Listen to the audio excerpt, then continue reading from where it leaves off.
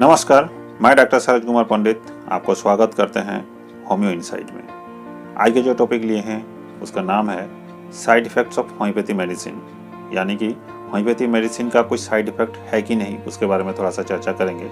उससे पहले बोल लें कि आप अगर मेरे चैनल में नए आए हैं तो आपको स्वागत है, और जो बहुत दिनों से मेरे साथ जुड़े हुए हैं उनको हार्दिक स्वागत है।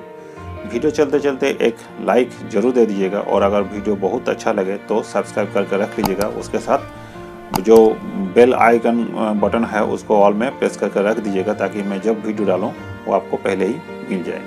उसके साथ क्या कीजिएगा, डिस्क्रिप्शन बॉक्स में बहुत सारा वीडियो डाला हुआ है और डिजीज और मेडिसिन के बारे में, तो आपको फिर वहाँ पर भी कुछ काम आ सकता है, एक बार वहाँ से भी घूम के आइए।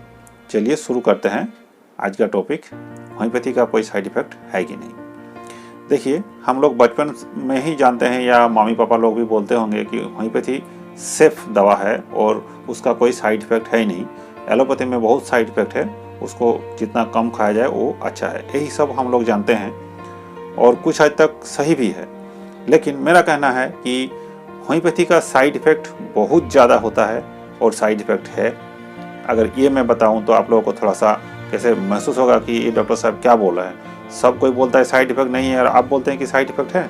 हाँ, मैं बोलता हूँ कि साइड इफ़ेक्ट है और बहुत ज़्यादा है। कैसे? तो इस आंसर को बताने के लिए, इस उत्तर को देने के लिए पहले आपको थोड़ा सा जानना होगा कि होम्योपैथी और एलोपैथी में ड्रग्स जो प्रूविंग होता है वो कैसे होता है। देखिए, एलोपैथी में क्या होता है, अगर कोई भी कंपनी कोई भी दवा कर लेता है, दवा अगर तैयारी करता है तो फिर क्या होता है, बनाता है तो क्या होता है, पहले एनिमल में उसको दिया जाता है, एनिमल को, फिर उसको प्रूविंग्स होता है वहाँ पर, और देखा जाता है कि कैसे कैसे काम कर रहा है, फिर उसको उसी हिसाब से इंसान में दिया जाता है। लेकिन होम्योपैथी में ऐसा नहीं होता है। होम्योपैथी में क्या होता है, कोई भी दवा, मान लीजिए कि ए एक दवा का नाम है, तो उसको क्या करता है, कोई भी सुस्त मस्तिष्क वाला आदमी जो शरीर से और मन से बहुत अच्छा हो, उसको बार बार खिलाया जाता है, डायरेक्ट आदमी को ही। फिर एक दिन बार बार खिलाते एक दिन उसका कोई सिम्टम शरीर में या दिक्कत दिखाई देगा। जैसे कि मान लीजिए कि लेफ्ट साइड को उसको हेडेक हो गया और धूप में जाने से बढ़ जाता है, ऐसे को सिम्टम हो गया।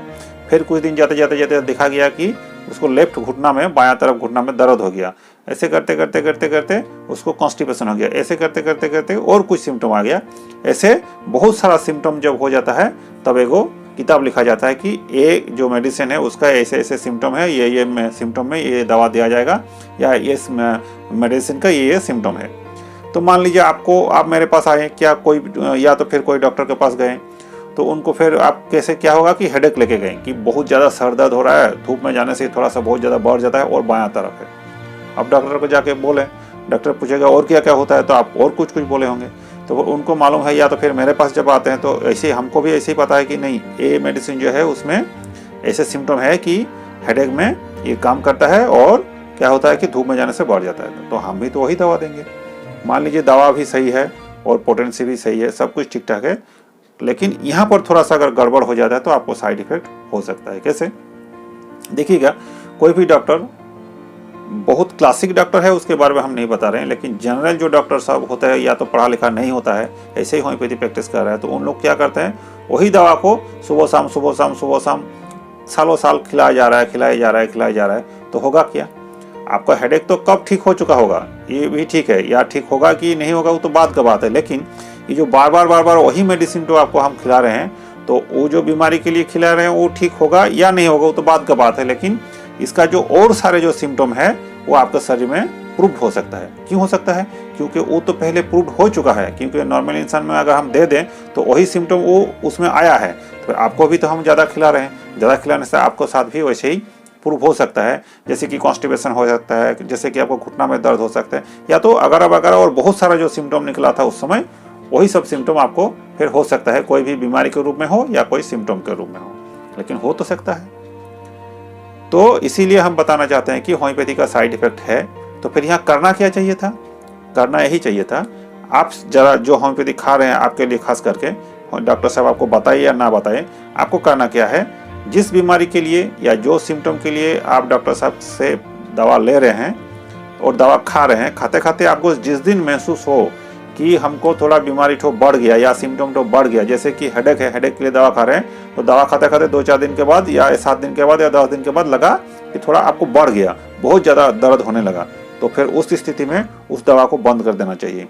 और एक स्थिति क्या होता है कि मान लीजिए दवा खा रहे हैं, 1-2 दिन खाते खाते बहुत ज़्यादा आराम आपको मिल गया, तो पर भी उस स्थिति में भी आपको दवा बंद कर देना चाहिए। अब बंद जो हो गया, अब दवा नहीं खाइएगा, दवा फिर भी खाना होगा, लेकिन कौन दवा? यहाँ पर क्या होता है, इठो आप नहीं जानिएगा, जैसे कि रुब्राम हो गया, मेडबी हो गया, प्लेसिबो हो गया, आरएस हो गया, ये सब दवा जो नाम है, ये दवा सब उस बीच में ये सब चलेगा। ये एक डॉक्टर ही समझ पाएगा, आप लोग नहीं समझ पाइएगा, जो पढ़ा लिखा डॉक्टर होगा वही समझेगा। लेकिन वो जो दवा पहले खाए थे वो दवा वहाँ पर स्टॉप करना होगा, क्योंकि उसका और जरूरत है नहीं तो फिर आपको भी प्रूविंग हो सकता है। आपको तो पता नहीं चलेगा, लेकिन प्रूविंग हो जाएगा। तो ये एक साइड इफेक्ट बहुत ज़्यादा होता है। तो जनरली आपको पता हो गया कि साइड इफेक्ट है, तो दवा को थोड़ा सा सोच समझ के खाइए। जो डॉक्टर नहीं दिखा रहे हैं, सिर्फ यूट्यूब देख के या कोई डॉक्टर से सलाह करके ही आप दवा अपने आप खा रहे हैं, आपके लिए भी यही सलाह है कि ज़्यादा दवा मत खाइए। कोई भी सिम्टम आपके साथ अगर बहुत ज़्यादा कोई मेडिसिन में मिला हो गया, मान लीजिए कि इस मेडिसिन का आपको लगा कि नहीं मेरे लिए है, सब सिम्टम मिल रहा है तो हमको खाना है, तो खाइए, कोई दिक्कत नहीं, लेकिन बहुत कम मात्रा में खाइए। और जब आपको आराम मिले या थोड़ा बढ़ जाए, दवा को आपको बंद कर देना है। बस आज इतना ही। अगर कोई मन में कोई तरह के कोई शंका है या प्रश्न है तो हमको कमेंट बॉक्स के थ्रू भेजिए, हम आपको उत्तर जरूर देंगे। और क्या, बस चैनल को सब्सक्राइब कर रखिए, एक लाइक जरूर दीजिएगा अच्छा लगे तो। Thank you.